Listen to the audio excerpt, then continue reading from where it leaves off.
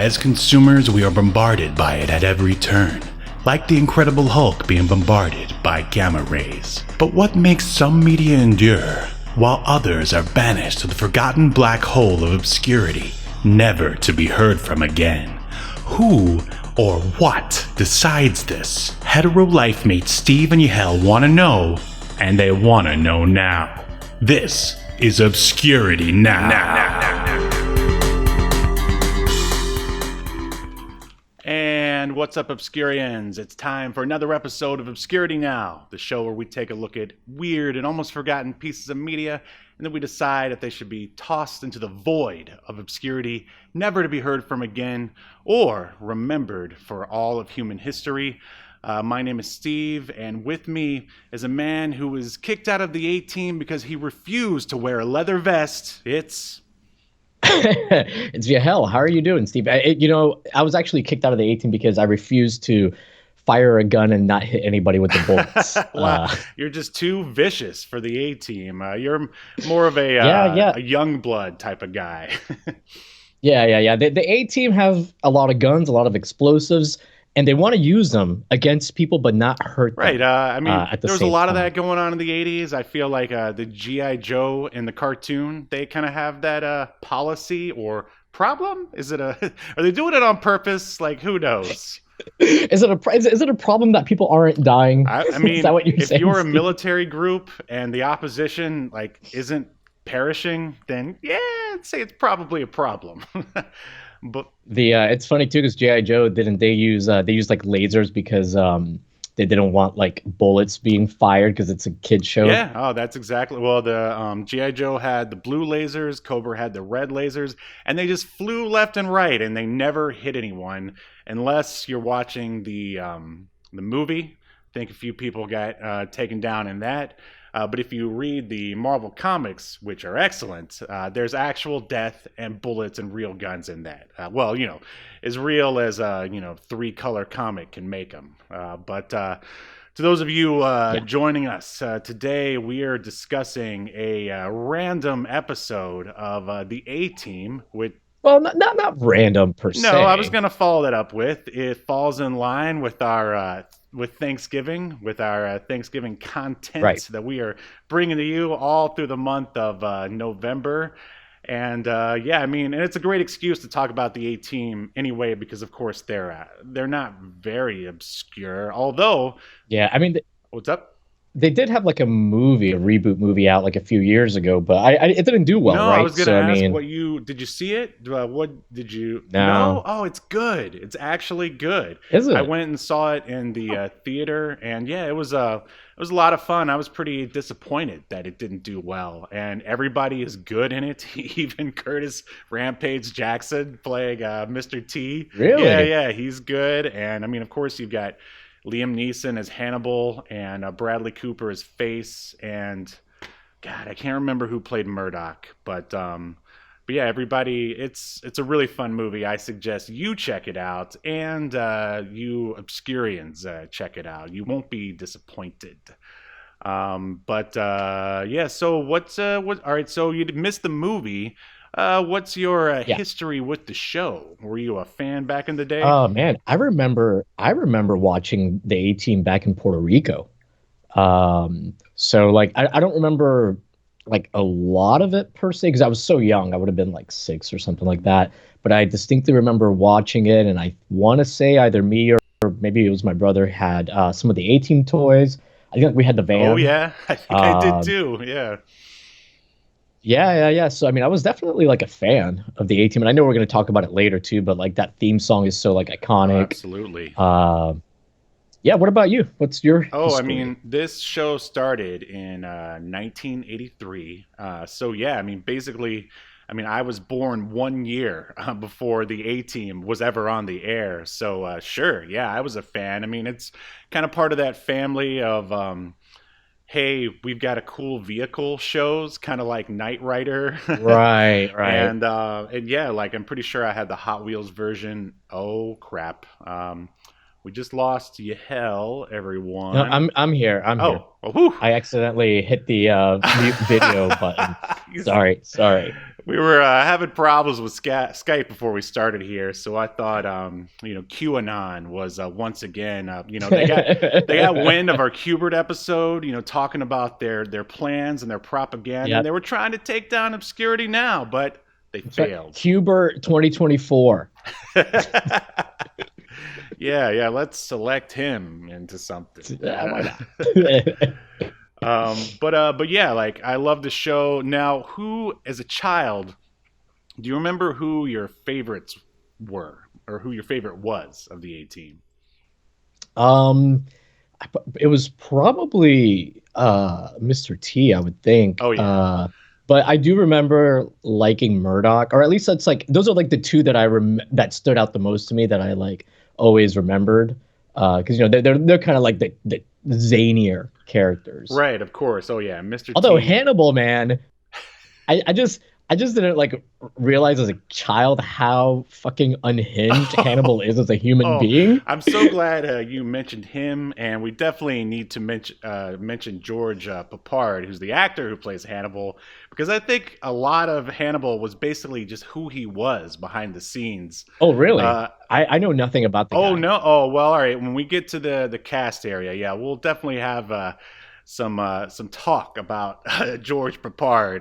But Okay. yeah, I'm definitely with you there. I was a Mr. T. Mr. T gets you in the door, and then you realize that Murdoch is hilarious. Of course, when you're like 6, you don't really care too much about Hannibal or Face because they're just like regular dudes. Like, I mean, Yeah, they seem like responsible adults, but they're clearly not. especially not Hannibal. Oh my god! Like, I don't think you end up in something like the A Team if you're oh well, I responsible. mean, according to the opening monologue of the previous seasons, because it's absent in this season, Yeah, I was not expecting which is the that. 5th season, if anyone's counting. Yeah, they explained that it wasn't their fault. They were framed for a crime that they didn't Right, commit. right. So and then you join up with your other army buddies and go underground and help people solve their problems. I mean, it's just As you yeah. do, Steve, as you I mean, do. it's practically written in the Bible that that's what you're supposed to do. Yeah. And that book is 100% accurate and infallible. So Just like one George Papard, basically. who else do we want to alienate on today's show, Steve? Well, I mean, if you're A-Team fans, that reminds me, we are missing one important thing here. Bam, there's the chat. So if you're joining us live, now we can see your hilarious comments because I forgot to turn it Yes. on. All right, are you ready to delve a little deeper into the eight? Oh wait, no. Before we get any further, I want to know: do you have any plans for Thanksgiving this year? Not really. I need to find out what my parents are doing. The parents that you so desperately love. Yeah. I mean, Thanksgiving is not really like a big deal to me, and I don't know if that's because I'm Puerto Mhm. Rican, but yeah, it's not like a huge deal for us. But what about you, Steve? You're the family man. You're the one spreading your seed. I don't think it's going to spread any further anytime soon. But no, we're going. Now there's pills for that. Maybe we can get Blue Chew Yeah. as a Oh, I was sponsor. just about to jump into that. Oh man. Now we're going to the Sandy's one remaining aunt because the other one fled back to the Philippines. Not fled, but she went back there. We're going to be Wow. going to her house, and I'm sure it'll be a nice mix of Southeast Asian and American cuisine, just like it was last year. Oh, that actually sounds pretty Yeah, cool. no, it will be. I'm looking forward to it. I like Thanksgiving because it's all of the food and none of the forced gift giving of Christmas. That's a good point. That's a Yeah. good point. So speaking of gifts, are you ready to give the gift of information about the A Team? Oof, that transition was something. Yeah, I am All ready. right.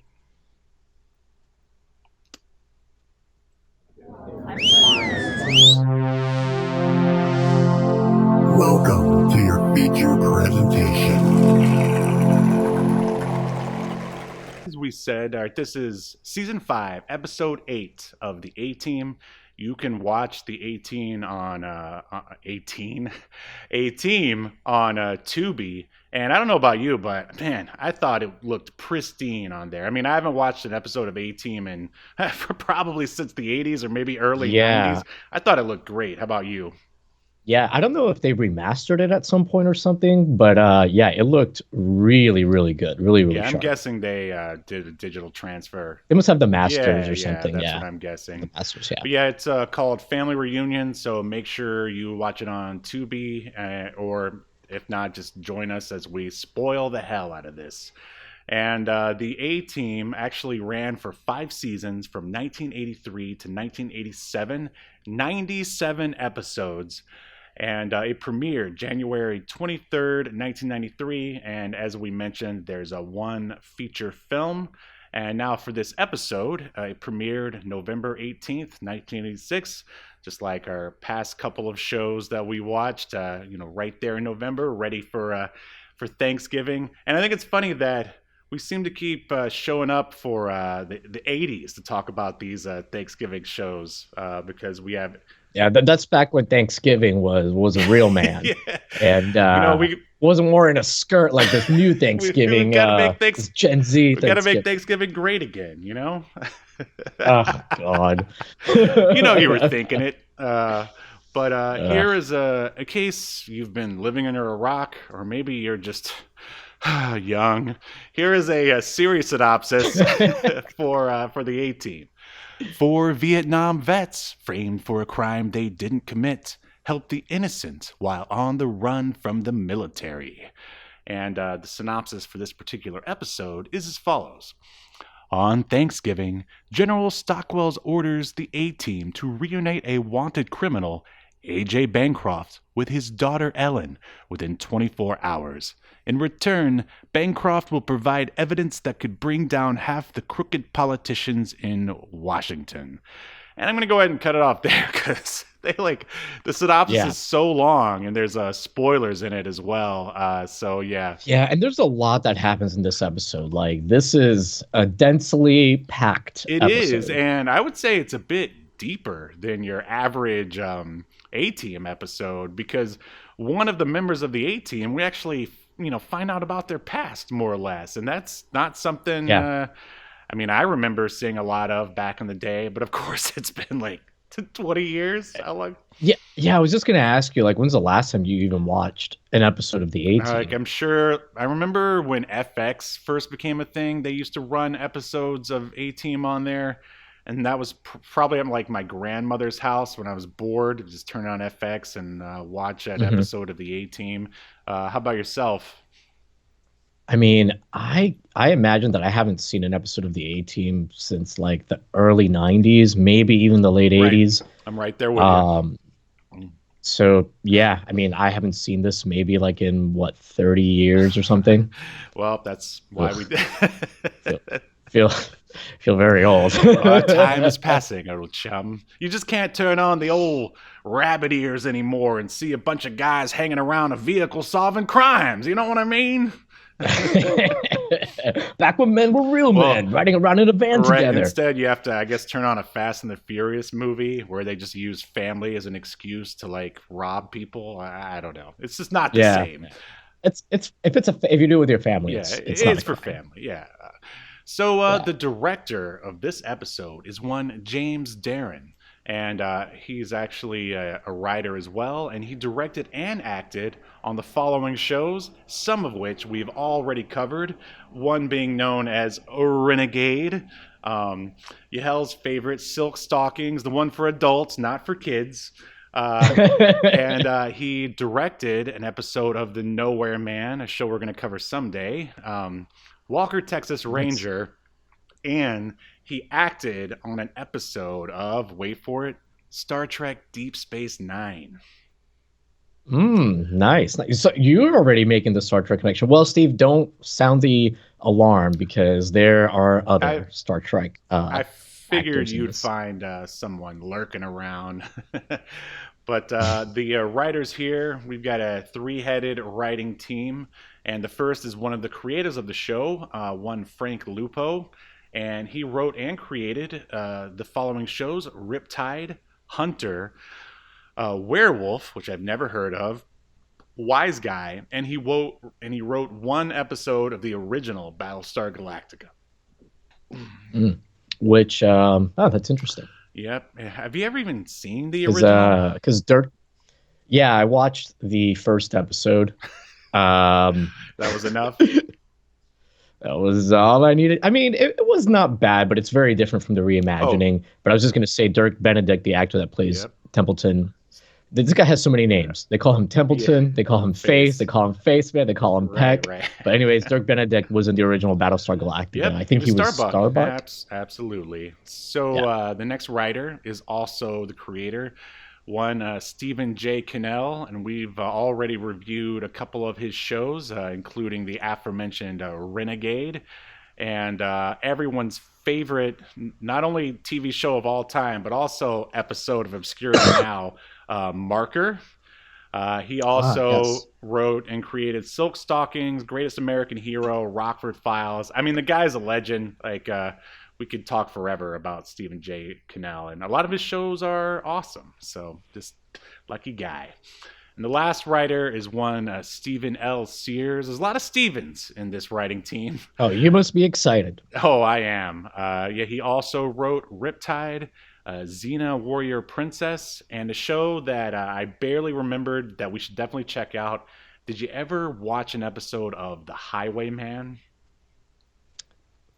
No, I don't think I've even heard of it. It's one of those vehicle shows. I don't really remember much of a premise. He's like a lone dude, and he's got like a truck. Like, it's like the size of a semi. The top of it is like a helicopter. Like it detaches and becomes a helicopter, and in the back of a truck is a badass car. So, wow. I mean, that's what you need to fight crime, right there. Yeah, of course. Do you remember that Australian guy that was at all the Energizer commercials? Yes. You do? Really? Vaguely. He's in it. He's in The Highwayman. Wow. He's like the sidekick or partner, if you will. Yeah, we got to add that to the list. But anyway, so this sounds like the answer to like the worst Trivial Pursuit question ever. Oh yeah. Oh, it is 100%.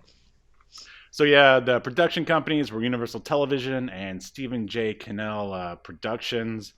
And I've got the music like composers here, but we'll save that for when we're actually talking about the theme. Why don't you tell us some of the thespians who brought this episode to life? Sure. I'm not going to go over the guest stars in detail because there's a lot of people on the show, but we got to at least go through the A-team. There's George Peppard, who you mentioned. He plays John Hannibal Smith. And oops, where did my little page on him go? He didn't have a lot of acting credits compared to some of the other people on the cast. Like, there's some people that have like 100, 200 acting credits, some of the guest stars. But George Peppard, I really don't know him from anything else besides the A-team. He stopped, his last thing he did was a guest spot on Matlock in 1994. Followed by what? His demise? Followed by his death on May 8th, 1994. Well, let me tell you a little something about George Peppard. And I learned this while I was doing research for this.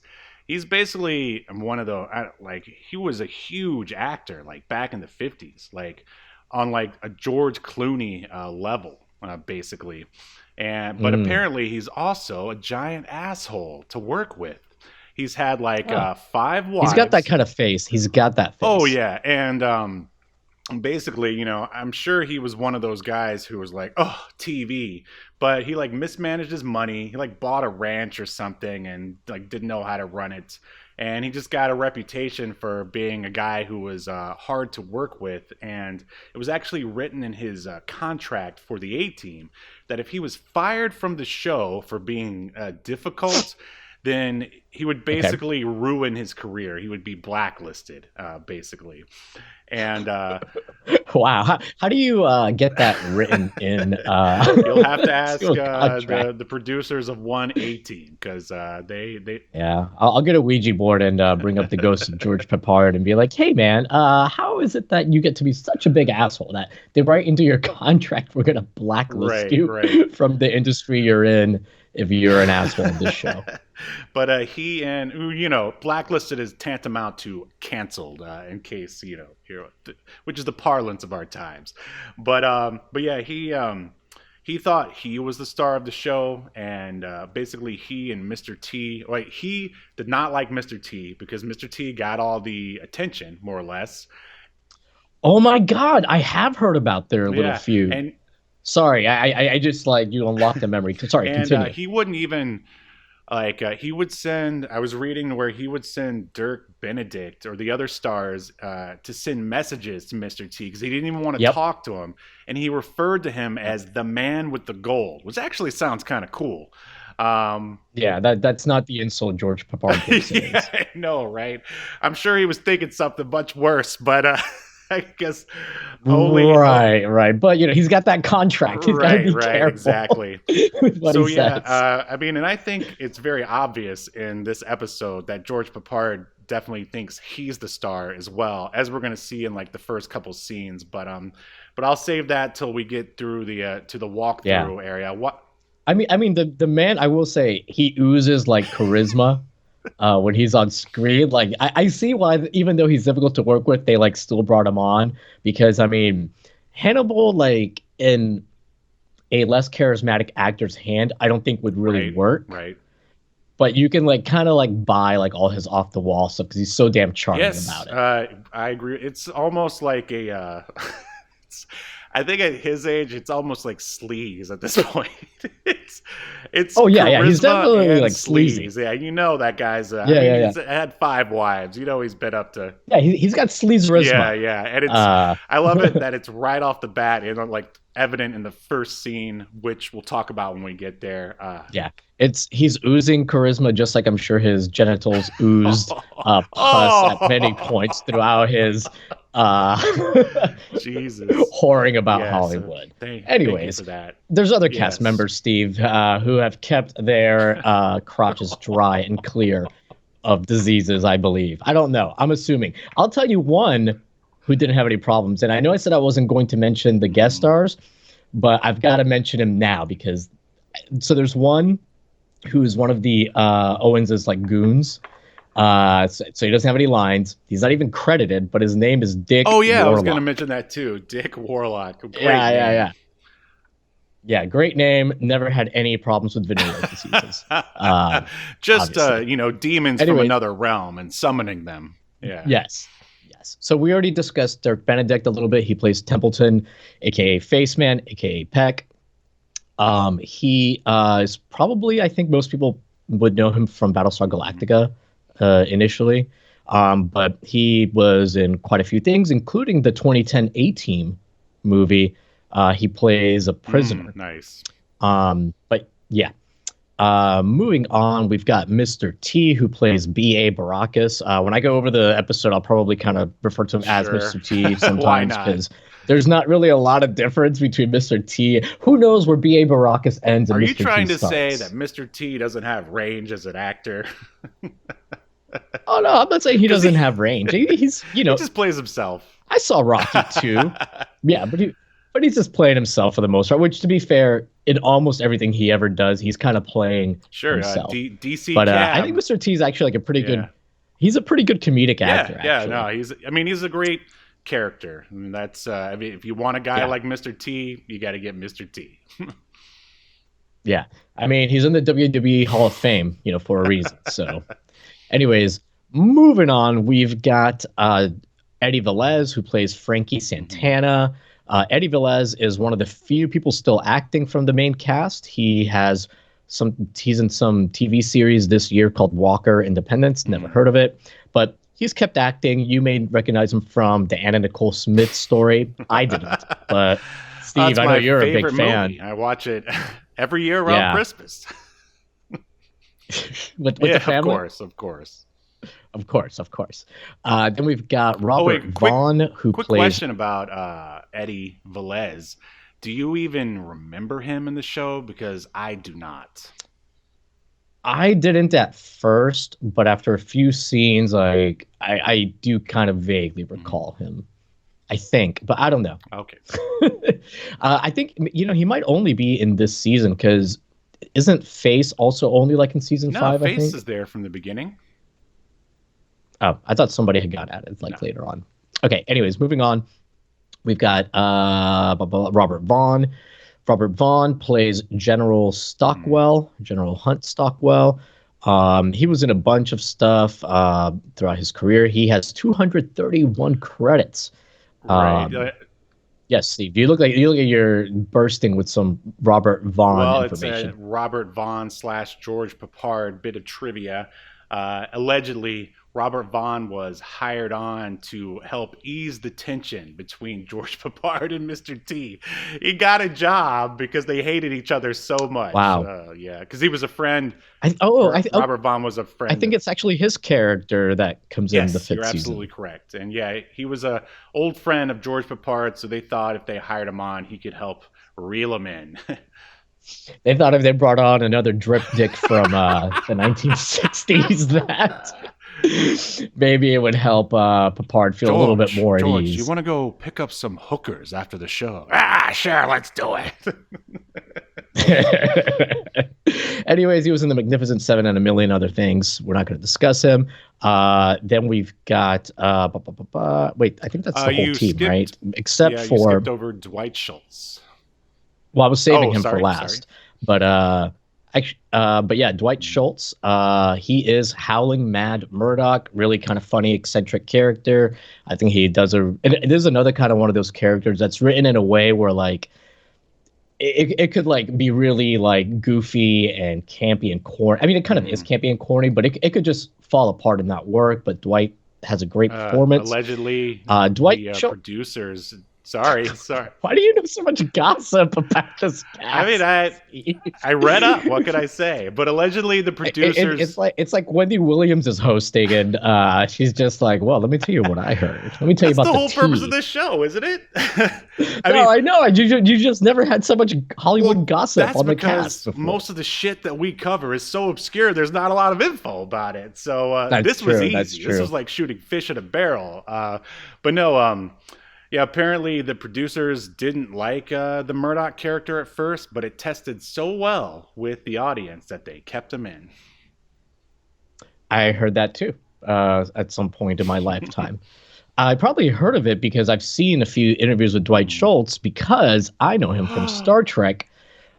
He was in Star Trek The Next Generation. He later several episodes there. He pops up again as the same character, Lieutenant Barclay, in Star Trek Voyager. In fact, he is instrumental in bringing Voyager home.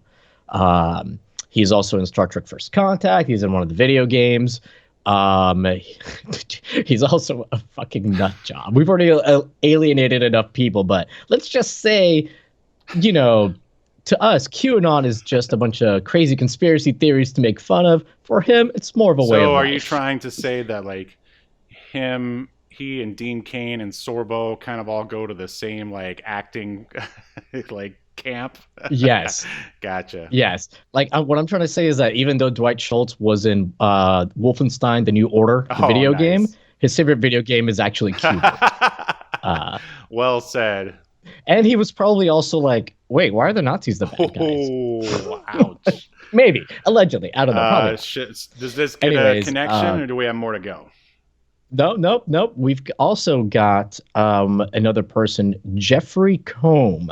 Now, he plays A.J. Bancroft, and that is one of the guest stars, but he's like one of the main characters here. And I'm bringing him up only, though, because he was in an episode of the original Star Trek series. Nice. Back in 1969. 1969 also happens to be the favorite year of George Peppard and Robert Vaughn.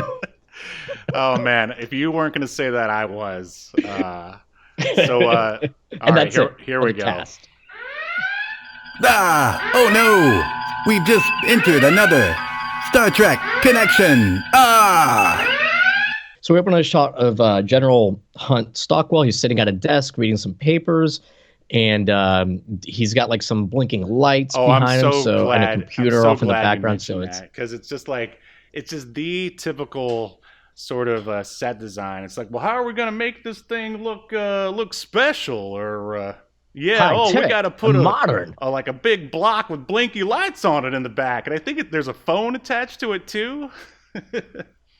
Yeah. And it just like reminded me of this is what I think WCW thought people would think of when they like rebranded the Red Rooster Terry Taylor as the modern computerized man of the 90s. Oh, man, in WCW. barely remember that. And he'd come out, he'd be like, oh yeah, I ran the numbers. I ran Johnny B. Bad's numbers through the computer, and I've calculated the perfect way to beat him with my Lotus 1, 2, 3 spreadsheet. Man, did that guy ever have a good gimmick ever? I mean, he's still like involved in the biz. I think he works at the office for WWE or something. But anyways, moving on.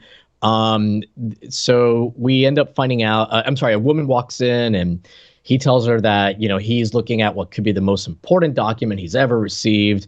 And that he tells her that whoever gave him this wants to trade the rest of the document, to see his daughter, for Thanksgiving. So it's criminal. And he's requesting the A-Team to help him find and reunite him with his long lost daughter. And this document, it's like a diary full of secrets about politicians. And these secrets in this diary could bring them down. And at first, I thought that, what's-his-face, Stockwell wanted the diary for himself so that the crooked politicians wouldn't get brought down. But no, he wants to use it to bring them down. I'm sure, much like yourself, I was like, who is this guy? But then you realize that he's basically the A-Team's handler, which I guess they didn't really have until the 5th season when George Papard just he just couldn't be controlled. So the producers had no choice but to hire his old friend Robert Vaughn to reel him in. It's like together they only do like half a bag of Coke instead of the full bag, which George Papard would do on his own. Exactly. What did you think of his secretary's hair? Well, it's definitely an older show, but it was a choice. It was a choice, but I think basically. Yeah, I mean, I think having the Stockwell character basically be the Zordon to the A-Team. Okay, sure. I think it works. Yeah, and it makes sense, right? That they have a handler. Robert Vaughn's a great actor, so the more star power, the better. Yeah, the one thing you could definitely say about the A-Team and really this show in general, this episode in general, is the actors all do a good job with their roles. Everyone's pretty much cast perfectly. All right, so anyways, we cut to the A-Team, who are, I don't know, like where they're at, like some kind of like cabin or house somewhere hanging out, but they're talking, they're just palling around talking about Thanksgiving. Frankie says that this is the first Thanksgiving that he won't be spending with his family, which is why I started to think that this is his first season on the A-Team. And then B.A. Baracus, Mr. T, says, "Hey man, it don't matter where you are. It's where your heart is, and that's where your family's at." He might as well have just told him to say his prayers and eat his vitamins while he was at it. He basically said, like, shut the fuck up. Stuff your feelings into your pocket. I'd love to hear Mr. T's like rendition of like, Romeo and Juliet, or maybe the Dao De Jing, where he just oh my god. Hold on, I can't remember any lines from Hark, it is Juliet the East and I am the West, or just I butchered those lines, but man, I could just listen. That would be hilarious. He should release an album or something. Yeah. He probably has released an album of something, I would guess. Wow, Steve. Yeah, that's a real George Papard thing for you to say. Quick, wow. I need you to Robert Vaughn me down. I I was gonna say something like spoken word. Oh wait, Mr. T did have a rap song about like you gotta love your Oh, that's moms or right. something like that, Yeah, right? yeah. See, I wasn't So being George so maybe Papard. Steve, you were just Right. remembering. You were just remembering. But not Yeah. that it has anything to do with Mr. T's race, but everyone had a rap album in the 80s and 90s, even Yeah, the yeah, yeah. Macho Man. Yeah, yeah. I was actually thinking that I was gonna say like, oh yeah, I could see him doing like a spoken word album, kind of like William Oh, Shatner would do. that'd be But yeah, hilarious. rap is But before we got to this awesome scene, which we still need to discuss, the theme played. Oh shoot, you're right. I'm sorry. I thought the theme played after the A Team find out, but it doesn't. Whatever. We need to discuss this theme.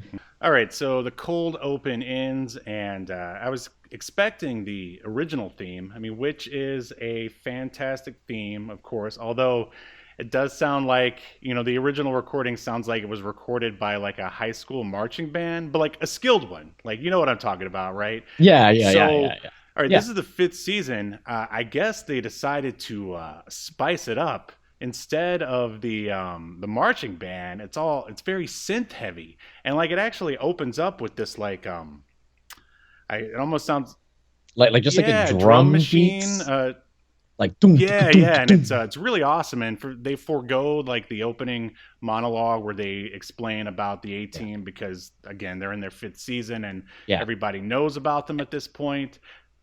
And those opening drum beats go on for like quite Yeah, a yeah. while, like to the point where because I didn't remember that there was a second version of Yeah, the me theme either. song, so I actually started thinking like, could they not get the Yeah, me rights to the too. theme song, and this is like a generic? Oh, because that's Yeah. what you thought too. I'm like, oh, that's so Mhm. weird, and they're showing like clips too from like some of the actiony scenes from other episodes. Sorry, Steve. Go ahead and continue. I know you're No, very no. excited I to mean, talk about this. I think we're both excited. But anyway, when the theme, You got a raging peppered, I've got a to raising discuss this. synth on because they basically they switched out the sort of the marching band kind of sound for more contemporary 80s synth sound, and man, I loved it. I thought it was awesome. I think I like it better than the original. How about yourself?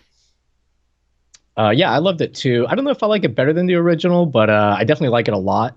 And it was cool to like have them change it up. It was a pleasant Yeah. surprise. I agree 100%. And in case you're wondering who created this awesome theme, it's Pete Carpenter and Mike Post. I mean, they've basically worked on a ton of shows and are still working. Pete Carpenter, he actually scored the TV movies Captain America, which we already did an episode on, and its sequel, Captain America 2, Death Too Soon, The Rockford Files, Greatest American Hero, Riptide, Magnum PI. And Mike Post, he worked with him on a lot of that other stuff, but he also scored Law and Order, NYPD Blue, Rockford Files, News Radio, Silk Stockings, the one for adults. Junior or oh, okay, and, not Silk Stockings Junior. and Okay. Quantum Leap. So, I mean, these guys worked on like the best stuff. But anyway, the Yeah. awesome newly mixed theme ends. And yeah, as Yahel said, we are in, I don't know, back with the A Team as they hang out. Yeah, they're like hanging out talking about Thanksgiving. And then like Stockwell, or I'm sorry, there's like some weird gag where, like Hannibal walks in and with like a woman, Oh no, let's be possibly yeah, an I was about escort. to say, let's be specific here. Okay, so Hannibal, who's definitely in character, and it's not, I really feel like, okay, yeah, you already described her. She looks like she could have been picked up at a massage parlor. Let's throw that in as well.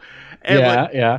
And to be fair, I mean, it looks like that's the vibe that they were like going for to like try I and mean, give the I audience. feel like literally the producers, like they sent the best boys or whatever out, or the PAs are like, you need to go find George, and they're like, well, let's just check his local massage house, and he's like, I'm not going unless I can bring my masseur with me.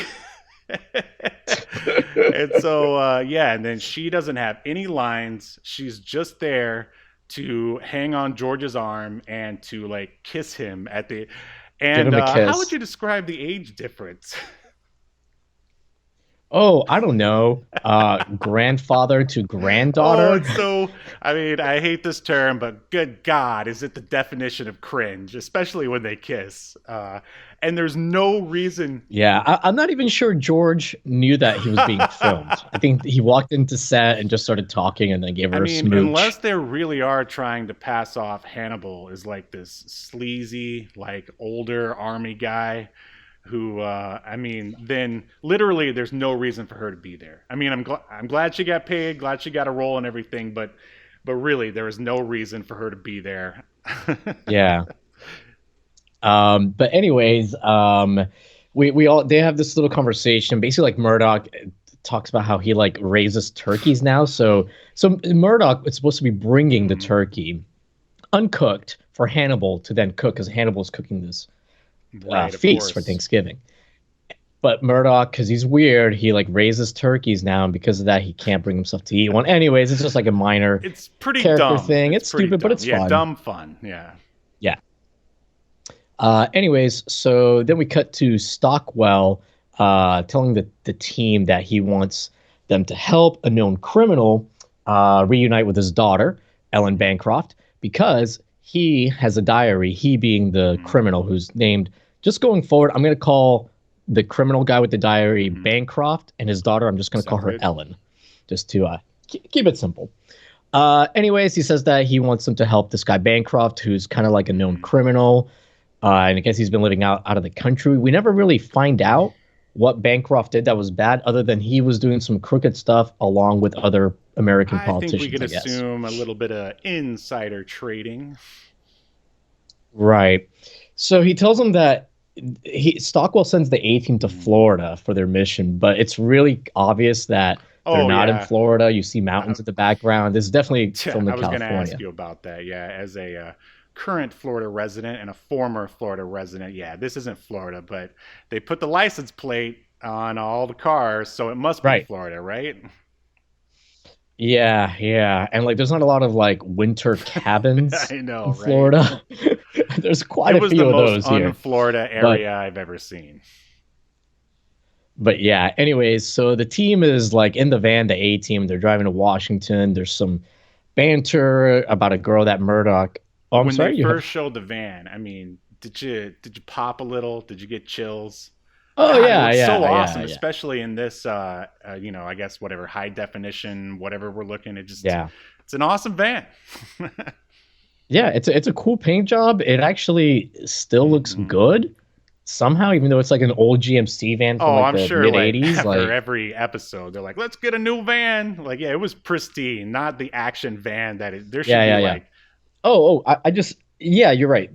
It was immaculate, but I also just mean like the oh, look of the absolutely, van one still like hundred holds percent. up, surprisingly.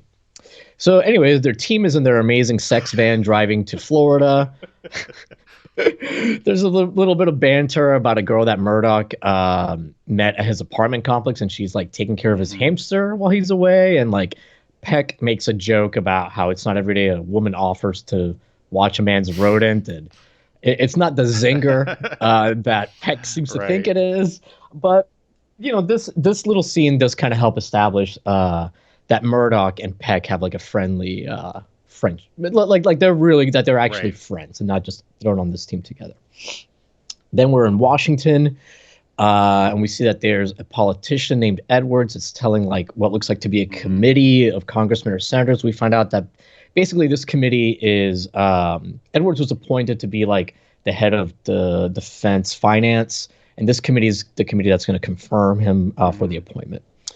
Anyways, so Edwards is there testifying, but he's gets interrupted by somebody who tells him he's got a super important phone call.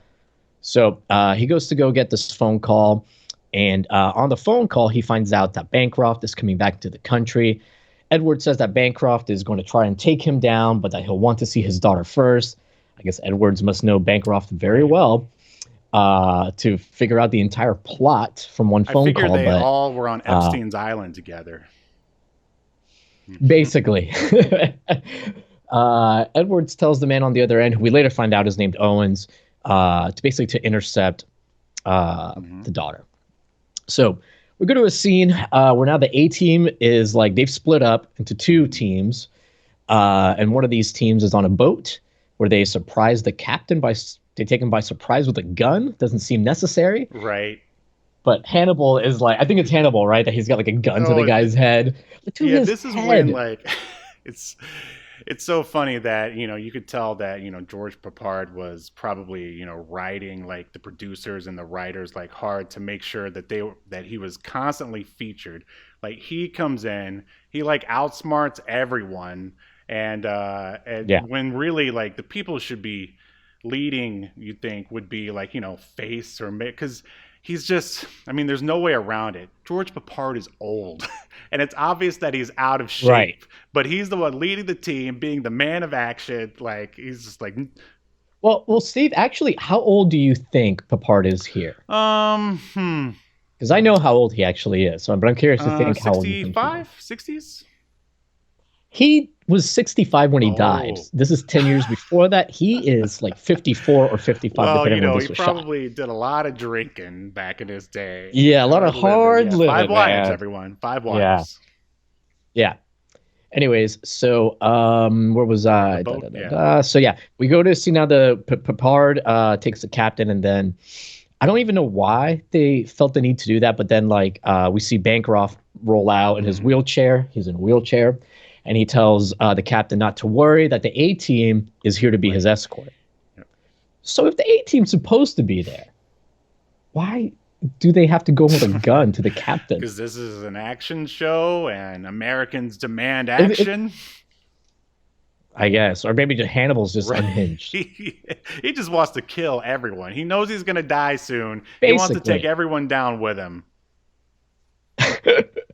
All right, so then the other team, half of the team, Mr. T and Frankie, they go to Ellen. Again, that's the daughter of AJ Bancroft, to her home. And Frankie's going to like try to act suave, I guess. He's going to try to like smooth talk her. He tells Mr. T to just let him do the talking. But as soon as she opens the door, Mr. T just blurts out, "Your father wants to see you." What do you think about Eddie's attire? Oh, what was he wearing? Leather Like a vest and a white shirt? Leather vest. That's right. Doesn't he wear that the whole time? He does. It almost reminded me of a certain member of the Midnight Society in her denim. Wow, maybe they're related. Anyways, so she agrees to go with them to go see her father. As they leave the apartment, they're intercepted by Owens and a bunch of goons at the elevator, and they're like, "Oh, I guess we're gonna take the stairs." So this is like the first of several real goofy action sequences. And man, it's goofy and it's dumb and it shouldn't work. It shouldn't be enjoyable, but it's enjoyable. So basically, they go, the A-team and Ellen, they start going down the stairs, and these are like carpeted stairs, which is also unusual, like fully carpeted stairs in an apartment complex. I know. Very weird. Very weird. But anyways, Frankie, I think it's Frankie, he grabs like a fire extinguisher from the wall and he goes to like spray the goons. But this fire extinguisher, Steve, it looks like it's like ejaculate coming from it. It does not look like your typical like it always fire comes back extinguisher to steam. Ejaculate, doesn't it? But no, am I wrong, you're Steve? not wrong. Anyways, I guess this stuff is slippery because it gets all over the stairs and then the bad guys start slipping. They very gently take the most gentle bump on the stairs, and then they like kind of get knocked out. Yeah, it's the most for like Three Stooges like style action that I've seen in a long time. And yeah, all that was missing was the whoop whoop whoop whoop whoop whoop whoop. Yeah, basically, yeah, dude. Three Stooges is a perfect analogy. Then outside the building, Frankie takes a fire extinguisher, puts it on under what I guess he assumes is the bad guy's car. He doesn't know, right? I just thought about that. Anyway, so he puts it under behind one of their tires. He says, "I saw this like in a movie or something one time." I can't remember what he says, but he shoots a fire extinguisher. It creates a huge explosion. The car like flips over. It's on fire. Yeah, more specifically, Steve, he says, "Hey, BA, you're going to love this." It's weird. He says, like, we did it in Jaws, or they did it in Jaws, and then it was kind of confused. You're right. He says, I did it in Jaws, or we did it in Jaws. Later in the episode, he says that he's a special effects master. Oh my God, I didn't even make that connection. You're So yeah, I right. mean, I think that's a pretty, I don't know, interesting kind of backstory for Eddie. It's very GI Joe.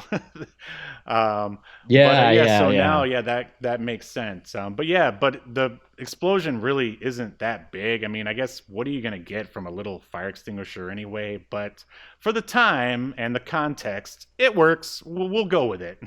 Yeah, it Yeah. looks cool. And one thing I did appreciate throughout this whole show is that even though some of the action scenes, especially sequences, especially the ones with the cars, they're not like the greatest, but it's all practical. There's Oh, no I loved it. CG, Yeah. and they don't even use Nope. miniatures. They really like crash cars and really blow them up, and it was cool to see. It's such a Another novelty little now. fun fact: Stephen J. Cannell, the creator slash writer, he said that because you're going to see like a lot of the same stunts and kind of like car stunts are kind of used over and over again, even within like the same episode.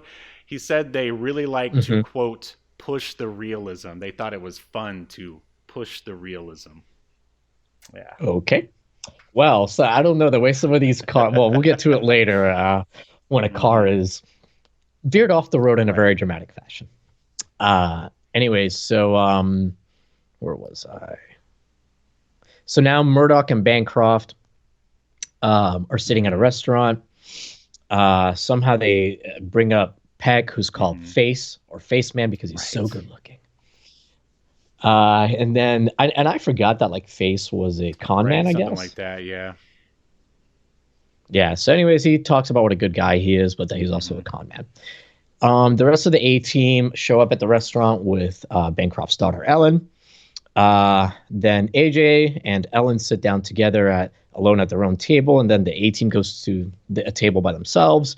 Ellen suddenly leaves and gets up, but she leaves her purse Hmm. behind. And Hannibal, the smartest, most He's the Nick agile, Fury of the group. most Yeah. yeah, he notices that that's strange that she left her purse behind. Like somebody says, I don't. Maybe he says it that I've never seen a woman go to the Wait, bathroom that's and leave her purse Face. behind. Face is the one who says that. Yeah, he says Okay, that he's never seen it, and then Hannibal's the one who very slowly leaps into action, very gingerly. right. He slowly, He yeah, strolls over to strolls. the table. He grabs the purse and throw. I guess they're eating at like a lakeside or waterside sort of like seafood restaurant. He throws the purse into Hmm. the water, and then it explodes. Yep, Mm-hmm. explodes in the water. Anyways, so Hannibal also apprehends how, Ellen how is that outside. possible? Like he's so slow. Like only through the power of Well, being a big star does he have the ability to teleport.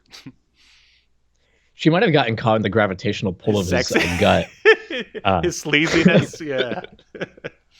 yeah, yeah. Anyways, she says that she didn't know that her purse was going to explode, which sounds kind of Yeah. ridiculous. But So then we ridiculous. see why they kind of make it Mhm. make sense later.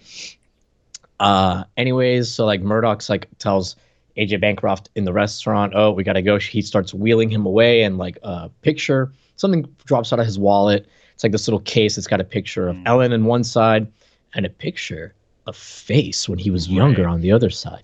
And Murdoch's like, "Hey, why do you have a picture of Face when he was a kid?" And then Bancroft is like, "Well, Face is actually my Right. son." And then we get like a zoom in on like Murdoch's Mhm. shocked face. Do, That do, was do, pretty funny. do. Bancroft starts telling Murdoch about like his first wife, who he had a face with. Bancroft says that he started a new life after their divorce and tried to forget about his old life, but he couldn't forget about his son, Right. Face. Murdoch's like, well, I want to go tell Peck, but Bancroft's like, no, I want to do it myself. But he wants to do it on his own Mhm. time. Granted, Bancroft also reveals that he's Right. dying. So, and apparently very close to death, as we find out later. But he still wants to do it on his own time and says, hey, give me 24 hours. Bancroft tells Murdoch, hey, give me 24 hours to tell Mhm. Peck. Why does he need to wait 24 Yeah, hours? well, I mean, I guess if just to play devil's advocate, maybe it's just an emotional hurdle he has to overcome. But man, he needed to like jump over that hurdle fast. But as we find out, this is interesting because it forces Murdoch into a very sort of dramatic situation. And I think throughout the rest of the episode, we don't get that wacky Murdoch that we know from our youth. He's actually, really torn here. What do you think? Yeah. I mean, we get a couple like weird Murdoch scenes, but they're definitely like the zaniness of it is a little toned down because of the seriousness. But you're totally right. But he still definitely manages to be Murdoch. But yeah, it's not usual to see him so serious. All right. So Mr. T and Hannibal show up with Ellen. Only we find out that Ellen isn't Ellen. It's someone who was paid $5,000 by Owens to pretend to be Bancroft's daughter. Did you get the impression? So I guess Bancroft didn't recognize that this wasn't his daughter? Because it's not like he did something weird at the table or made a weird face. This once again, this was the 80s. We can assume he's been estranged from both his daughter and his son for a really long time. So yeah, but like his daughter is maybe in her 30s, tops in this episode. I think maybe more like late 20s. And the picture that he's carrying of her, she looks like she's close to 18, like in her late teens already, at least. So you don't look that much different between your late teens and your late 20s. Right. Certainly enough. You're going to look similar enough to be recognized. Well, whatever. It's the 80s, baby, and he's dying. Play it off? Yeah, I mean, maybe that he just maybe didn't have enough time to say or do anything about it because she ran away too fast. There may have been a deleted scene too or something, because literally like she sits down and in less than in 30 seconds she gets up. Right. So maybe something wouldn't happen. Maybe there was a deleted scene somewhere on the cutting room floor of Cannell's archives. The Cannell cut. Release the Cannell cut. Yeah. Anyways, so this person says like, hey, I was paid $5,000, but I swear I didn't know that the purse was going to explode. They just told me to leave it on the table. And then it's a little weird because we then cut to, because this is all happening outside of the restaurant when they're talking to the fake Ellen. And then we immediately cut to this other scene inside of it. I guess it's a gym. And Ellen is there. Fake Ellen is there working. Like the desk. Like, what? They just apprehended her, and next we see her at work. But anyways, I guess the A-team basically were like, okay, you go to work. When you go to meet Owens, we'll ambush him, because that's what happens. Yeah. Owens walks into, the gym, says, hey, what happened? Every Bancroft is still alive. And she's like, you didn't tell me this was going to explode. I could have been killed. She demands the, second half of her money, and she says, go wait in that closet, and I'll be there in a second. So Owens goes into the closet. He starts putting a silencer on a gun. So he's going to murder her. And in this closet, there's a rack of clothes. And Mr. T's hand sticks out and taps him on the shoulder and then punches him. His jewel-encrusted hand, mind you. He's got, of course, gold all over it. And all you see is his fist come out of the linens or coats, and bam, knocks him out cold.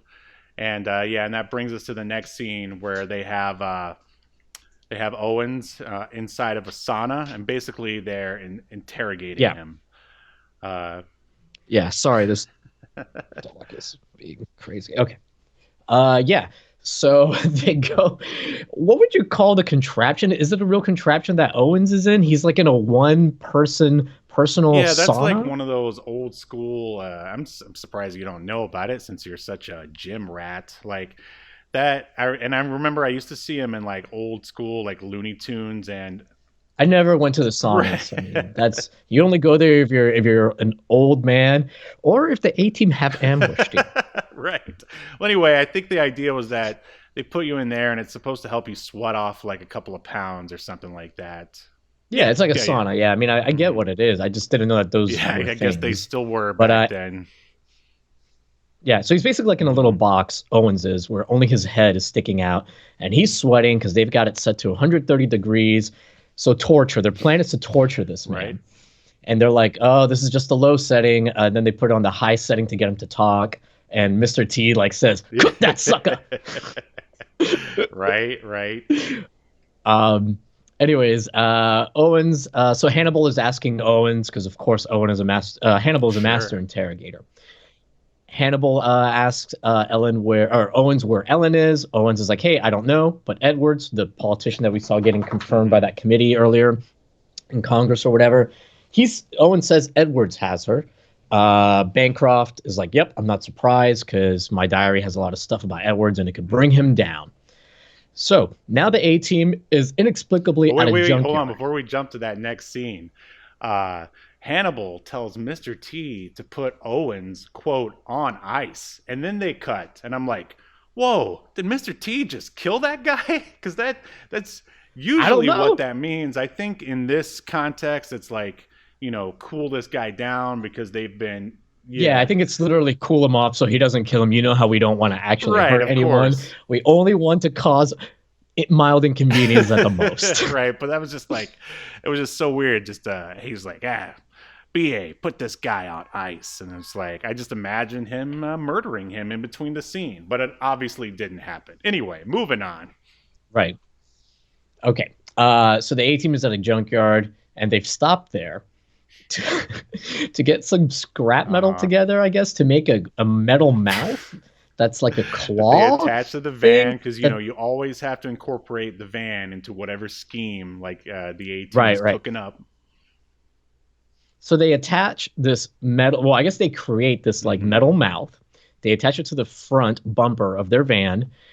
And the thing is, the way it's used later, unless they like are psychic and knew what was going to happen later, they had no reason to build this thing. There's another scene that's kind of like that where, you'd have to have like telepathic abilities basically to set it up. But well, they need someone that's like clairvoyant on this team to like justify. One of the, when I close my eyes and think about like the A-team episodes, it seems like in almost every single one, there's always a montage of them, building something. There's always someone welding something because, those sparks flying always look cool on camera. Or preparing something to use. Since this episode is filled with a bunch of like drama, they really had to cut down on that montage, and they're just like, "Hey, look at that. We got a weird mouth thing on the van now. Let's move it on." Yeah. All right. I'll buy it. I'll go with it.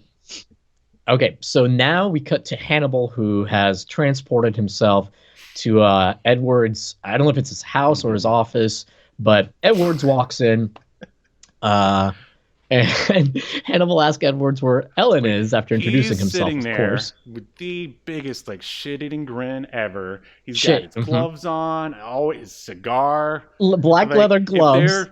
Holding a cigar. Nick Fury was ever based on anyone, I swear it would almost be Hannibal here, or vice versa.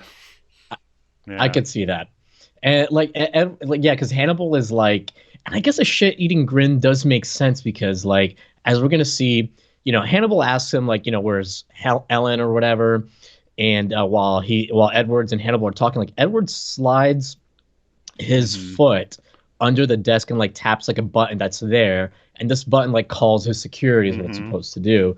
But Hannibal like already knew about this, and we see that when the cops show up, that or security shows up with their guns drawn. Camera pans up, and it's Mr. T Reyes.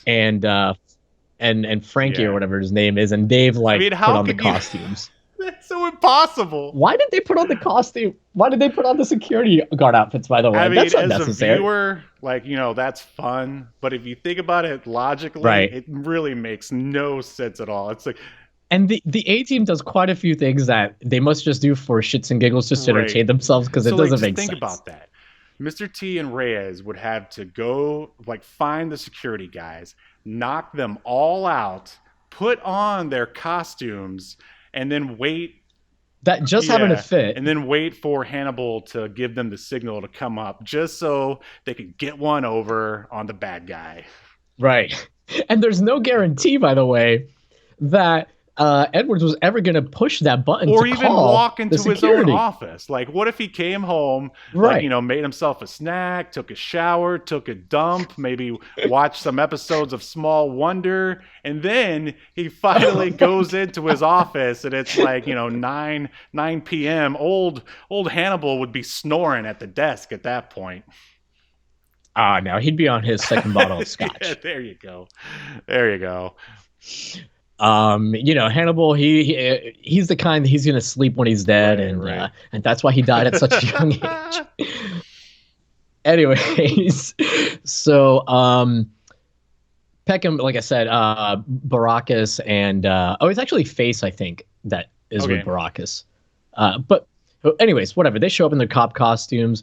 They give Edwards some samples of the diary. And Edwards is like, yeah, this will ruin me. So then Hannibal is like, okay, you're going to meet us at 8:30. I can't remember where he said to meet him, at a restaurant or something, and have Ellen with you. So we then have Murdoch, who was surveilling the bad guys, like the goons, and those guys are in two cars. And I guess Murdoch was just watching them in case they stormed. I don't know why Murdoch was watching, but he was watching them. But these guys, the bad guys, are in two separate cars. They leave, and the A-team, Murdoch radios the A-team, and they start following the bad guys. He tells them which way they're going. And this is where the A-team uses their van to very gently bump. They're side by side with one of the other cars, gently bump into the car, and the car goes flying into the air, does a 360, flips upside down and crashes. What did you think about this whole car chase all the action scene? scenes are awesome, just because they're very typical. I mean, at this point, in 2022, they're classic stunts done by real human beings. But at the same time, you and I, who were born in the 80s, we've seen these stunts a million times. But they're still awesome. And the one thing, though, I was kind of surprised is, BA was the one driving, and he was the one who magically ran the car off the road, and there was no quip from anyone, no quip from whatever. I still enjoyed it. I loved all of the stunts. I mean, these stunt guys just must have been having the time of their lives doing this stuff. Well, I had the time of my life at the end of this car chase scene, because then, there's the second car in front of them. And what do they do to stop this? It's actually a van. And what do they do to stop the van? They use their claw that they made earlier that's attached to the front of the A-team van. It claws itself onto the bumper of the bad guy's van, and they just slow them down. Hell, to catch a van, you have to use a van. Yeah. Oh. To catch a bad guy with a van takes a good guy with a van claw. Yeah, this whole episode is really just about the battle of the vans. Yeah. So, anyways, the Ellen was in the van. The A-team gets her out. The bad guys don't protest too much, but they are outgunned. They're out A-teamed. They're out Hannibaled, if you will. I'm sure that they just saw Hannibal and go, fuck, we can't outdrink this guy. We're done. Yeah. And I don't want to risk touching him with my fist. I might catch a disease. Did you hear that guy had 5 wives? I mean, 5. So anyways, from here, we cut to, Biffy Burger. Hold on. Sorry. I started going off my memory. This episode was so enjoyable, and not my notes. Well, they go to Biffy Burger, right? And that's where... No, not yet. So, okay, the A-team rescues Ellen, right? But then we see Edwards very briefly, and we learned that Edwards wanted her to get rescued by the A-team because they put a tracker on her. You know how GPS trackers were just very small and easily available in 1985? Sure, it must have been the size of a Game Boy. Well, we see it later, and it's the size of like a ring or a bracelet or something. It's hard to tell from the close-up, but because they said they put it on her wrist. So I guess it's like a bracelet. So then we cut to Murdoch, who's on a payphone talking to a nun, and this is where we get like one of like Murdoch being weird scenes, because he's impersonating like an old woman's voice. He's asking the nun about Face, because I guess Face grew up in a Catholic orphanage, and the nun's like, oh, I don't have any more information. So then Murdoch hangs up, and he's a little dejected, and there's like this clown like a statue of a clown or something, and Murdoch starts talking to it, asking the clown if Face would want to know that his dad is Yeah, I AJ mean, basically, Bancroft. they're supposed to be at a McDonald's, but they don't want to give them free advertising, so it's Biffy Burger. And yeah, and just like Yahel said, they Hmm. have this ridiculous-looking clown, and Murdoch confides in it. Yeah, and then it's pretty funny though, like, because the clown is where you actually like order your Mhm. food, I guess, and you hear like a guy after Murdoch is done like spewing his like guts, and his heart out. Some guy just goes, yeah, do you want fries with that?" And it's so stupid, but Yeah, Murdoch's look that he gives it's back to it, very it was pretty '80s funny. action movie slash TV show, Yeah, which is great. Which is great. yeah. So now we're outside at the A Team's secret cabin in the Florida winter woods. Uh, Face confronts Murdoch and asks him, "Hey, what's going on? You've been acting a little weird lately."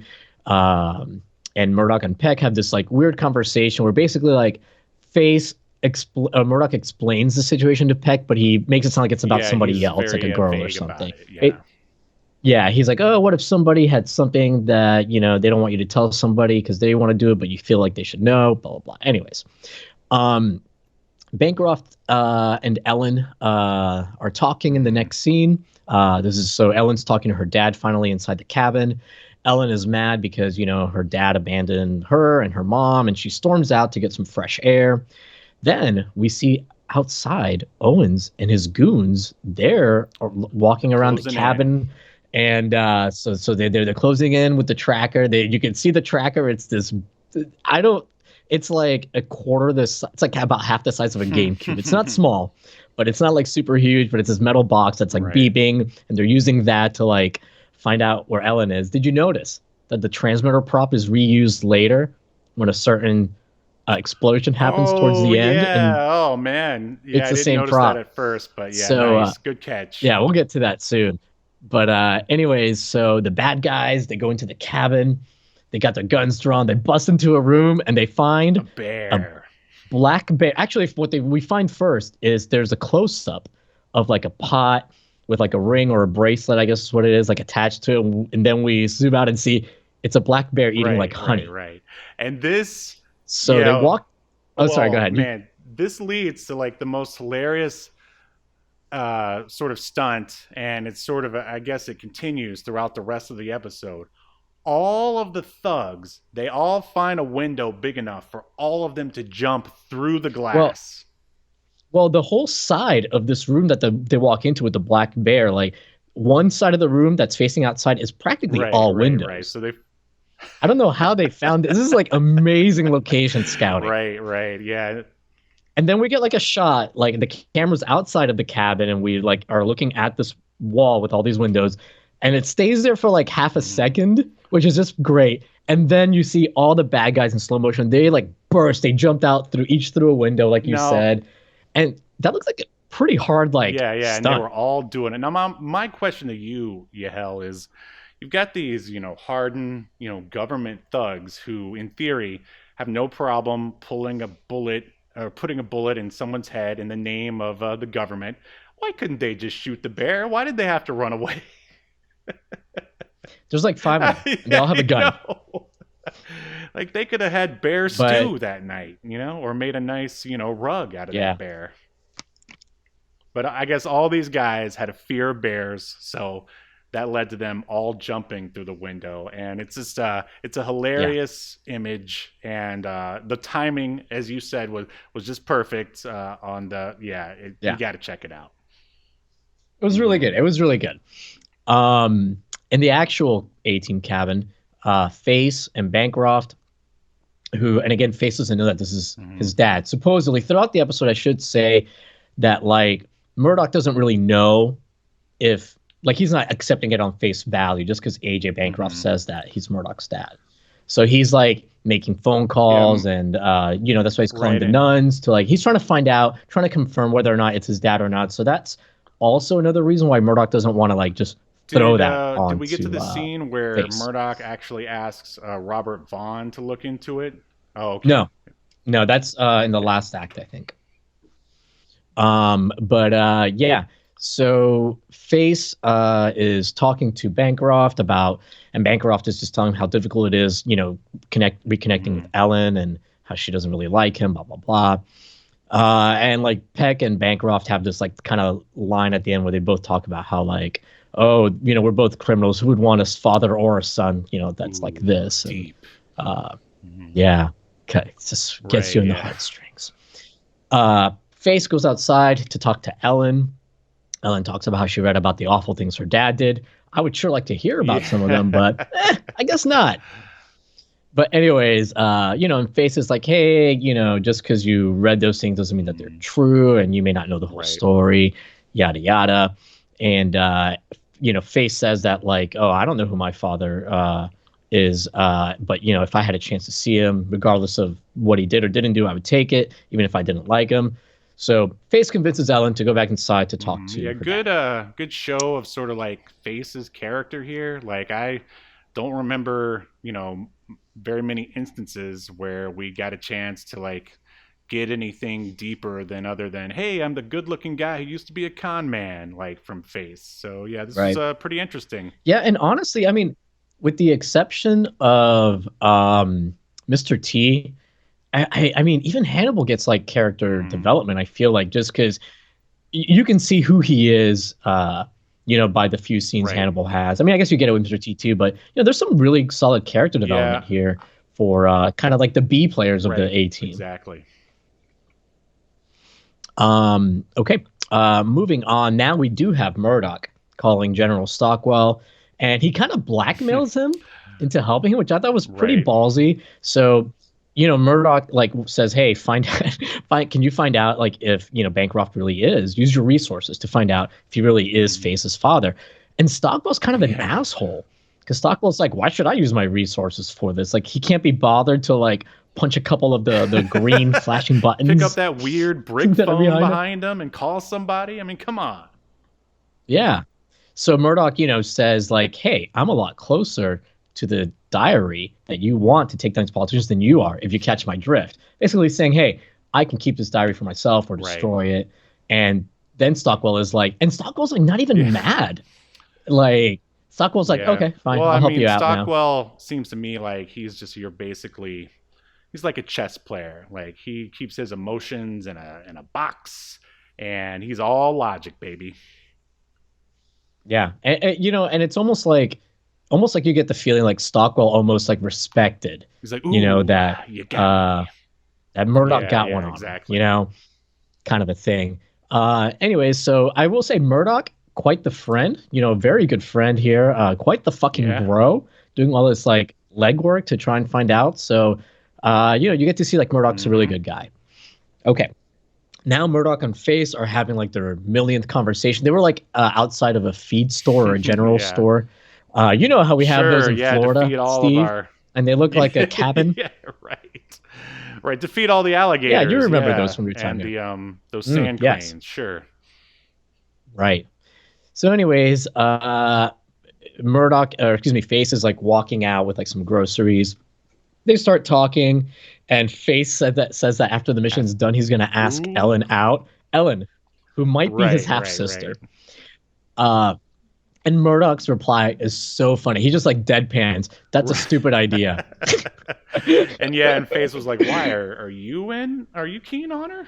Well, no, first Face says like, I don't know. I've never met someone that I can speak to. I feel it's at such ease with. He's like, there's some kind of connection. Classic incest plot here. Yeah. Yeah, this whole like dialogue was like, and the way they played off is funny because Murdoch is like, she's not your type, and that's when he's like, no, she is. She's like the easiest, whatever. And then like Face says, or Murdoch tells Face like, other women are your type. Yeah, that was good. Good bit of dialogue for sure. And then as soon as Murdoch says, other women are your type, we see Owens and the bad guys show up, and it's so weird. Why? So they show up. Murdoch and Face are already outside the general store, but they run inside, which is an enclosed space where now you're trapped. Well, I mean, I guess they were afraid they were going to open fire. I guess. I don't know. But they don't open fire. Owens and his goons, they run after Face and Murdoch in the general store. They get into a big fist fight. Nobody pulls out a weapon. These are gentlemen. Right. I mean, this is a really nice feed store. They don't want to mess it up with bullets. Yeah. And thank goodness there's no one else in the feed store, even employees. Did you notice that? So anyways, Murdoch and Face very easily defeat Owens and his goons. Do they tie them up, Steve? Did they do anything to make sure they're not a problem again in the future? Nope. No. They just get in their car and drive back to the A-Team cabin. Once Murdoch and Face are back at the cabin, they tell everyone that Owens and his goons are on their way. You could have stopped them from being on the way. I mean, yeah, you could have duct taped them up. You could have shot them, but they needed them for that. You could have finally killed someone. You have licenses to kill. They needed them for that third act shootout. Yeah, which is glorious in all fairness. It really is. So anyways, Murdoch and Face are like, yeah, we got to go. The Owens and his men are coming. And then Ellen reveals, yeah, well, my dad just died. Right. Because he's like, we need to get Bancroft. And she's like, he's dead. Yeah. And then we cut to them that they've buried Bancroft. It's like they made like a makeshift grave. Yeah, just bury him right there in Florida. Don't tell anyone. No funeral. Yeah. Nothing. They call that who knows what... Oh, shoot. I forgot. They call that the Saddam special, I guess. I don't know. Yeah. So, yeah, he's just like in this unmarked grave out there. And did you notice that, of course, Mr. T and Reyes were the ones who had to do the digging. They're the ones sitting there holding the shovels. It's like, come on, guys. Yeah. Let's everyone pitch in, especially you, Hannibal. And then the weird thing is, like, Murdoch and Face said that Owens and his men were coming, but the next scene is Owens and his men. Like, Owens just found out from somebody that what cabin they had actually rented. Right. And now they're on their way. Yeah. But whatever. Peck and Face are having another conversation. We actually see them mid-conversation. Murdoch has already told Peck that Bancroft was possibly his father. Face is really mad that he didn't tell him sooner, and they have a pretty good back and forth. Oh, absolutely. Really good dialogue, really good acting. At one point, Peck shoves Murdoch down to the ground, and that's when Murdoch comes back and he's like, "Hey, if you were in my position, you might have done the same thing. And plus, if let's say Bancroft hadn't died and he told you, you would have been thanking me for letting him tell you himself, and blah blah blah." So they both make their points. I wonder if I wonder how early they knew this was going to be their last season. And if, Murdoch and Face, the actors, were just like, hey, can you give us a little something more, so we go out on a high note, something for the old reel, even though they probably didn't need a reel after this show. I mean, it was the number one show in the world for a while. Right. But I just question. I don't know, because, Steve, there's a chance that, because we watched this show when we were so little and we watched it so long ago that maybe we just don't remember that they had character development more often than they really did. Or it went over our heads because we didn't care. Right. I mean, that's possible, but I did happen to, I try not to read reviews because I don't want it to affect me, but I did notice the title of one of the reviews on IMDb for this episode was that great character piece that isn't normal in an A-Team episode. I'm butchering the title, but that's basically what it says. Yeah. Okay. So, well, either way, a great little character scene. Both guys get to flex their acting muscles, and again, the dialogue that was written was great. So they were set up for success for sure. Owens and his 4 goons show up at the cabin. Hannibal walks out to greet them. He's walking out with a giant, silver, shiny gun. Cigar in mouth. Yeah. Cigar in mouth, gloves in hand. Yeah. This looks like the kind of gun you would earn after grinding for 50 hours in Destiny or something. Resident Evil. Yeah, something like that. Yeah, it looks like some weird gun you have to buy on Call of Duty or something. Anyways, so Owens and the 4 bad guys, like I said, they show up. They're greeted by Hannibal. And the bad guys, Owens says, actually, Hannibal first has a quip. He says, you guys are early. Thanksgiving dinner isn't till 4. Right. Owens says that they have the firepower to level the cabin, and they demand that, they bring out Bancroft. And the A-Team, I guess, So, Steve, Yes. did the A-Team bring a mannequin with them to Florida, or was there just having to be one at this Well, cabin? see, Reyes is a special effects master. So you just have to Ah, assume he's got like these kits that have like dummies and, animatronics and all kinds of crazy crap in there. I mean, but they stored it in the van, it was in the van the whole it's weird, time. Steve, because I was just about to say that the van, in the shots when they're driving to Florida, the van's empty. Maybe it's in the back, underneath, or Oh, something like that. okay. All Yeah, right. whatever. Just All go right. with it. Just go with it. But whatever. Anyways, so Bancroft is wheeling out to greet them, but he's supposed to be dead. We quickly realize Oh, that it is a dummy it would have been in funny a if. remote-controlled. Yeah. Wait, explain what it is. Go ahead. So it's actually a dummy. At first, I thought they were going to do some Weekend at Bernie's. Oh, that's like thing. Reyes should have been like, BA, you're gonna love this. We did it in Weekend at Bernie's. Why didn't they just use the actual corpse? I think people would consider that a little ghoulish, for 80s TV. I guess. Just a little bit. I guess, sure. Especially considering what happens And they next. So just buried him too. So yeah. It's a remote. Well, he would have looked fresh. That's what I'm saying. It's true. Anyways, so the wheelchair is being driven by Reyes via a remote control. Mhm. The remote control is the same prop as the tracker thing Mhm. from earlier. And then Owens, I'm so glad that they immediately recognize it's a dummy. Mhm. So Owens yells, "Oh, it's a dummy!" And then then the dummy and the wheelchair explode. Of course, because you just have to work as many explosions into the A-Team script as you can. And it's a pretty large explosion. Mhm. And, they show a shot of it where it's maybe 40 feet from the actors or Owens. And it's, could have been stunt people at this point because it's shot from the back. But, man, they could have easily gotten lots of shrapnel. Maybe it's a fake, wheelchair or something. Right. I would think that they, thought about that. But Anyways, anyways, there's a funny piece of sort of dialogue that we kind of skipped over before Bernie comes out on his wheelchair. It's I think it's Hannibal. He says, oh no, it's Owens. He says, "I don't give a rat's brain." oh Yeah. yeah. Owens says, "So I don't give a rat's brain about."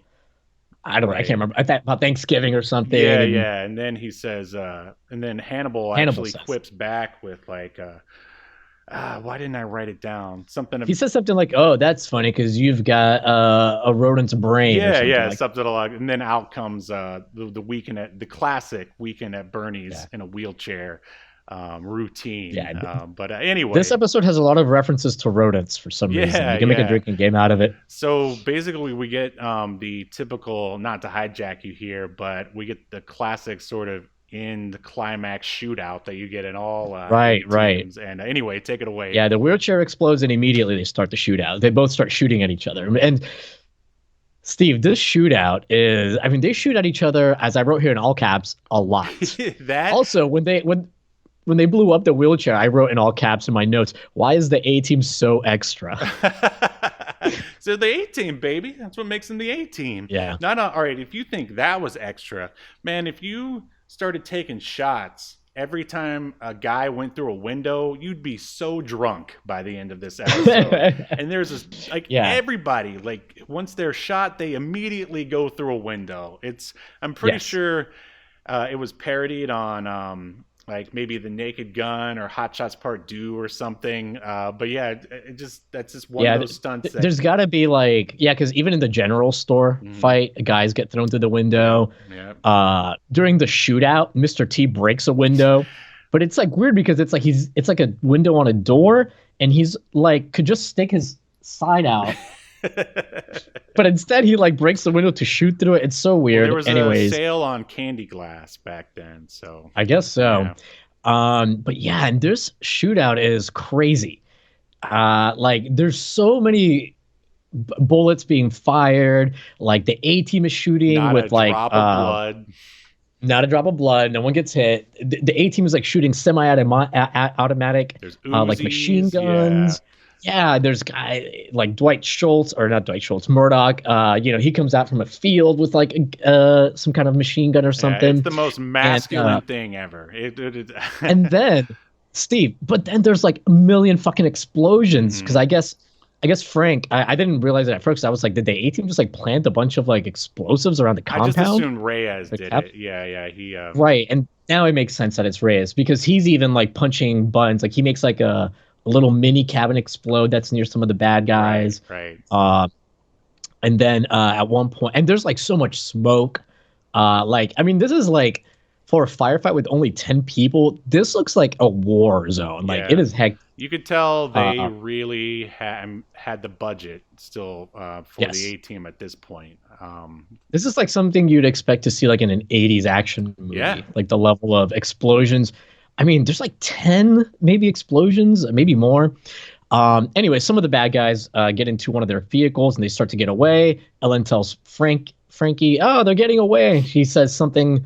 I can't remember what his quip is, but he's got something for them. Do you remember what he Is quips? that when he says, "Oh, I'm a special effects master"? That's right. Yeah. Yep, that's when he says it.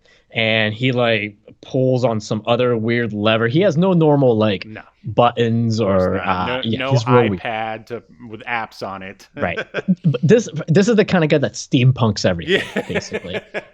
He's one of those guys. So Yeah. he uses some weird lever, pulls on something. He makes an explosion that the bad guys just happen to drive over, Right, of course. go off. The van that they're in, or I think maybe it was a Jeep, it like explodes into the air. It rolls over like 3 times and it's like on But fire. clearly, no one is inside it. Like they didn't even No put one is dummies inside. in it. Yeah.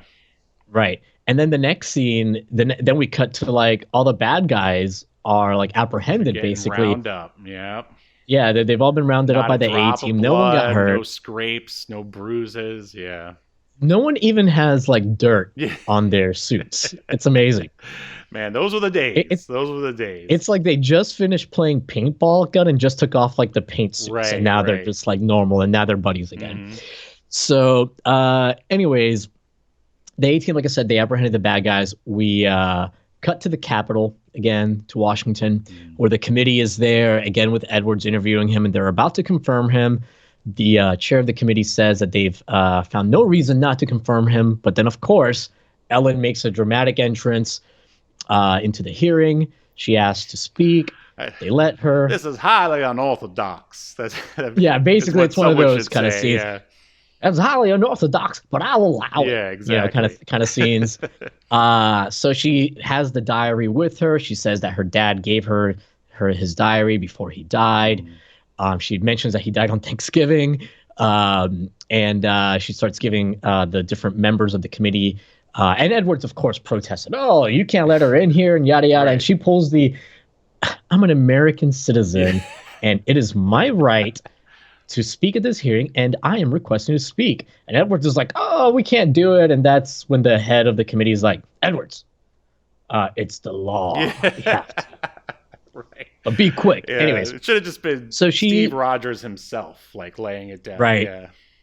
so as she hands out a copy of the diary to all of the members, they start thumbing through it. She says that, the diary is going to reveal that she was in cahoots with her dad, who was a known criminal, A.J. Bancroft.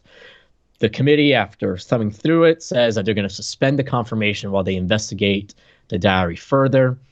Then we cut to, so Edwards is going to get his comeuppance, Right. basically, it Yes. seems. Woo! Yes. Murdoch and Face are waiting. They're talking. They're back still at the cabin area, and they're waiting to hear from Stockwell about whether or not Bancroft is Face's dad or not. Stockwell calls during this, and we don't hear the conversation. It's just Face picks up the phone, or Murdoch picks up the phone. Okay, bye. And then And then it was very reminiscent of Dean Lerner in Gus 100%. Dark Place. Yes. Anyway, so he's like, "Yeah, Bancroft was your dad," Right. and by this point, Murdoch and Face have already made up. Yeah, they're friends again. Yeah, and they actually had kind of made up at the end of their argument, anyways. Sure. But anyways, so Murdoch or Face is like, "Oh, this is like a dream," and then he walks over to Ellen, who is at the makeshift grave for Bancroft. he puts his hand around her and he says, "Hey, would you like to get some dinner tonight?" Right. And he kisses her full tongue. It didn't Cut to happen. credit. During the credits, and I don't know if this is something that they did in other seasons. I don't remember. I don't know if you do, but they play like little clips, like 3-second clips from throughout the episode, and then it'll freeze frame on like, and then show like the executive producer so and so, and then play a little bit more, and then from another scene, and it was really cool. They play the theme song again throughout this, so it's. You have multiple reasons to stick around and learn about the fine men and women that created this. Do you remember if they did that? Yeah, I would say that's almost like a trope of most 80s TV, where they would do the stop-start kind of end credits thing. Oh, okay. Yeah, I think they were doing that for a while. So yeah, pretty cool.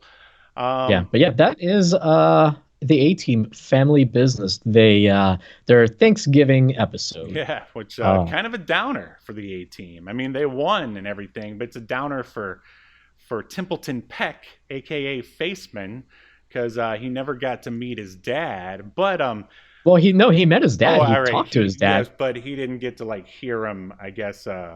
Admit it, basically. Right, and they had a moment. Their scene where they talk like alone it's really well done as well. Oh, I agree. Now, do you remember? I believe it was in the late '80s when DC had that call-in where people could decide if Jason Todd, the new Robin, could live or die. They did the same thing for this episode, where people could call in and they could decide if Bancroft was actually Face's dad or not, and I guess they decided that it was. Wow, that's cool that they did that. It's also very low stakes because it doesn't really matter right. in the grand scheme of things, especially since they're going to kill off Bancroft anyways. But still, that's pretty cool. Yeah. All right. Well, are you ready to render a verdict? I am. All right, here we go. I am wired and peppered to render a verdict. Awesome. That's the question. All right, A-Team member Velazquez, do you think that the A-Team Thanksgiving episode family reunion should be remembered for all of human history, or tossed into the void of obscurity, never to be heard from again? Well, I'm sure people can tell. Throughout the episode, I really, really enjoyed this episode. The only thing I didn't like was that was all the pausing I had to do to like type stuff up. But right, of course. No, but like I really enjoyed it. There's a lot of humor. There's good character stuff, as we've discussed ad nauseum. There's fun little action scenes, and again, because I don't want to say that they hold up. They don't hold up in the sense that like they're not as chaotic or crazy as like a modern action scene is going to be in a lot of cases. But it's all practical. They're using real cars. They're not even using miniatures, like I said earlier. So it's so much fun to watch. It's visceral. It's more visceral. Absolutely, yeah. So yeah, I loved it, and I'm very tempted to go and watch some more A-Team after this. What about you?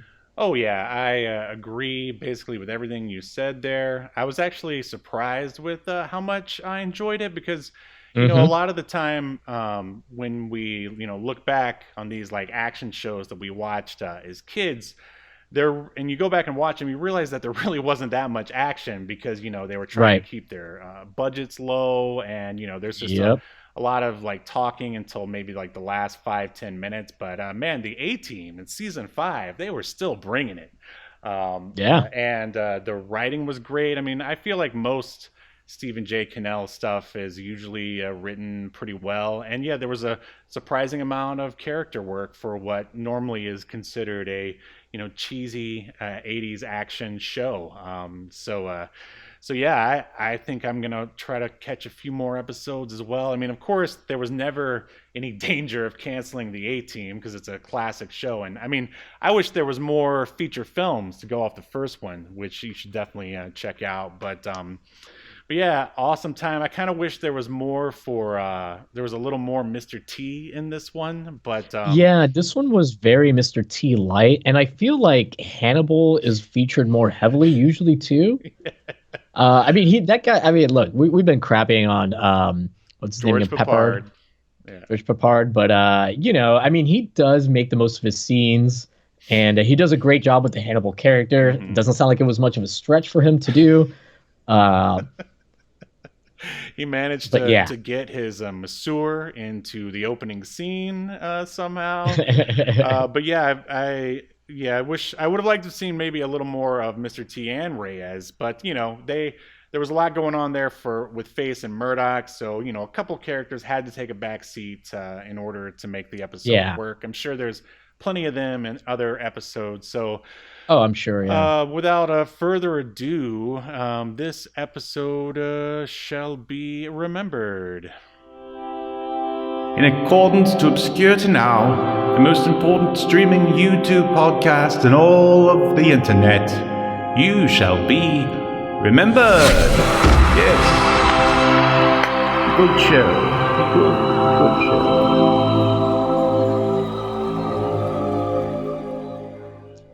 Was it just me, Steve, or did Mr. T look like he had like slimmed down quite a bit in this episode? Yeah. He didn't seem as bulky as normal. Yeah, definitely not nearly as jacked. And I brought it up because when I was looking at Eddie Velez's Frankie's IMDb, there were a couple pictures of him and Mr. T from like late the last season, and and one of them, like, Mr. T's like in a football jersey, like with pads and everything, but you can see his arms, and his arms are pretty small. So yeah, I wonder what happened. Maybe Hulk stopped hooking him up with his vitamins, brother. Yeah, vitamins. But he didn't say enough prayers. Oh, that's the problem. Yeah. You got to take your vitamins and say your prayers, and then switch over to the secret and use the power of yeah. I don't know if you remember, that was what Hogan would always say, for those that don't know. Right. Yeah. He would always tell his little Hulksters to eat your vitamins, and I almost said eat your prayers and say your vitamins. Do you remember this is coming back to me. Ico Pro? Now that I was going to say, do you remember the episode of the A-Team that had Hulk on it? Oh man, where he plays a wrestler, like big stretch. You know what? Like I feel like I remember him being on there, but I can't remember the episode. But we should probably maybe at some point do a Hulk Hogan month. There's certainly more than enough out there, and every time we've covered his various forms of media we've explored, for better or worse, it's a good time. Oh, absolutely. And I think an A-Team episode with the Hulk on it, or Hulk Hogan, is definitely something worth checking out. Yeah, I think it's probably a guaranteed save. I'm sure we won't obliterate it, but who cares? It'll be fun. Right. Well, that is pretty much our show. Make sure you tune in next week, where we will be watching the horror comedy Thanksgiving 2. It's becoming a tradition around here to watch Thanksgiving on Thanksgiving, and maybe you'll want to make it your tradition as well. I don't know. We'll have to wait and find out. Did you have anything else to add before we sign off here? No. I know you mentioned it. I mentioned it at the top, but just in case anybody missed it, you can watch the A-Team free of charge on Tubi, and the video quality is excellent. I know sometimes some of the 80s stuff on there looks pretty bad. Freddy's Nightmares looks like it was like taken off like a recorded VHS or something. Yeah, like maybe like the 10th generation, of a recording from a VHS. It's very bad, but A-Team looks pristine. Looks great. Yep, and speaking of pristine, make sure you stay tuned for an Escape to Earth promo. I think I'm going to do like a Black Friday sale on the website, and I don't know, maybe cut the price in half. So if you're looking for a comic to read, definitely check out Escape to Earth. There'll be links in the description to where you can buy your copy. And make sure you like, share, and subscribe, all that stuff. And we'll see you next Sunday for Thanksgiving 2. Take it easy. Bye-bye. I'm having a weird day. The name's Adam. Where I'm from, I'm known as the Zero Thief. Depending on who you ask, some might say I'm the best thief. But believe it or not, even the best screws up every once in a while, and that's what I did, and I had to make a fast getaway. I ended up crash landing on this bizarre planet. Turns out, I didn't get away fast enough. These winged freaks followed me here. It's just us here, Zero Thief, on this empty backwoods planet. So start talking, either to me or my blade. Okay, I do have something to tell you. It's about the planet. It's not that empty. Come on, man, I thought you were gonna duck. Loose. Cut me loose! Behind you! Whoa! Thought I was done for. It was gonna be a light snack for a snarling creature, but then she showed up, riding on the back of one of those monsters like it was nothing, and with a wave of her hand, the other razor-toothed beast just stomped away. I'd never seen anyone like her before in my life. I thought I'd say something clever. Thanks, have you seen my ship? She gave me a look that said more than words ever could, because I think she was trying to read my mind or something. And from there, things just got even weirder. Escape to Earth. 36 pages of insane dinosaur action. Issue 1 available now at reptilianmedia.bigcartel.com. Featuring a variant cover by Sean Forney. Act now while supplies last. You've been enjoying Obscurity Now, a podcast that's recorded live to tape and streamed to Twitch and YouTube. Subscribe so you never miss an episode or hilarious quip. Take us with you by following the download links provided in the show notes to wherever you get podcasts. And take notice of our various social media links if that's what you're into. I'm not here to judge. And make sure you join us live next week at 6 p.m. Eastern, 3 p.m. Pacific as we continue to discuss more obscure media only on Obscurity Now.